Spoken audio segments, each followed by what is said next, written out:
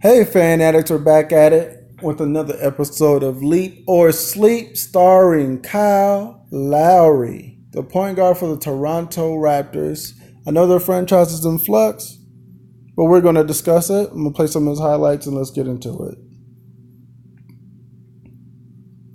So, first of all, Kyle Lowry is a very strange point guard to me. He's small but not fast. And he looks physical, but he's not strong. He's like the perfect tweener. Doesn't do anything exceptional. It's pretty much a jack of no trades, but somehow it works for him. I think this makes him a B-tier point guard. And that's not a slight to him. Not everybody can be CP3. Not everybody can be Westbrook.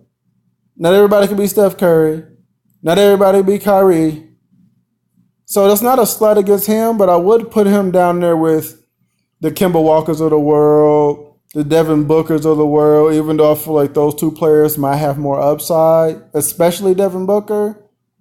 But he's definitely in that same caliber of player. He just lacks a killer instinct. So I feel like he just doesn't like pressure. Everything is like fluky, just like that. It seems fluky, but also when he does something spectacular, it often ends with him passing the ball, hoping that whoever he passed the ball to finishes the play.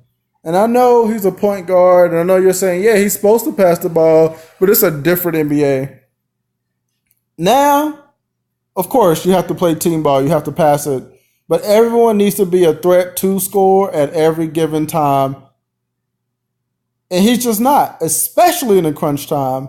In the crunch time, he just fades away. For the first 46 minutes, he's great. He's like the anti-Tebow, the opposite of and then the last 2 minutes, he's pretty much nowhere to be found.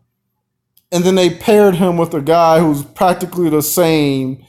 Not that Kawhi Leonard wouldn't take the last shot or that he's afraid to take the last shot. I just feel as if he played with Greg Popovich for so long that his basketball IQ won't allow him to take a bad shot. Take the last shot because it'll probably be a bad shot, right? He'll keep swinging around until he finds the right basketball play. And that scares me for the Toronto Raptors because they're a team that's used to getting deep into the playoffs. And that brings me to my second point. They're not going to have any chemistry. Kawhi Leonard is a mute. He's a mute. I don't even know how you could be friends with this guy. So there's no way. And DeMar DeRozan and Kyle Lowry were like brothers. And that's one of the reasons why they made it deep into the playoffs, because they kind of knew what they were getting from each other.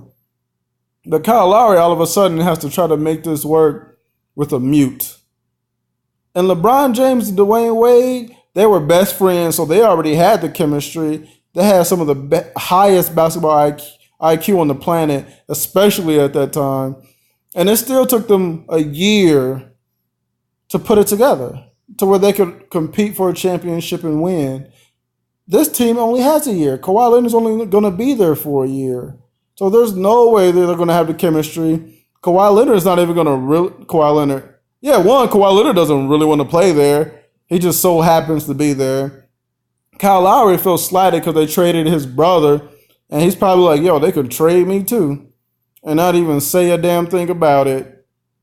They also fired their head coach after he won Coach of the Year. So they're not going to have no chemistry, no camaraderie, no system. So I don't see, and they're not going to get deep into the playoffs. If they do, it's going to be off pure talent. Just Valanciunas, Greg Monroe. Kyle Lowry is talented. I ain't saying he doesn't have any talent. Kawhi Leonard, Serge Ibaka. So I think I keep saying Kawhi. Kyle. Maybe the next Leap or Sleep will be about Kawhi Leonard. But Kyle Lowry is primed to be putting motherfuckers straight to sleep next season with this boring ass play because this franchise don't give a fuck about him, and they made all the right moves to make him bad. So you let me know what you think in the comment section below. Is he taking a leap? Is he putting motherfuckers to sleep? Was I mean when I was talking about his bad genetics? Is the Toronto Raptors a crummy franchise for trading DeMar DeRozan? Let me have it.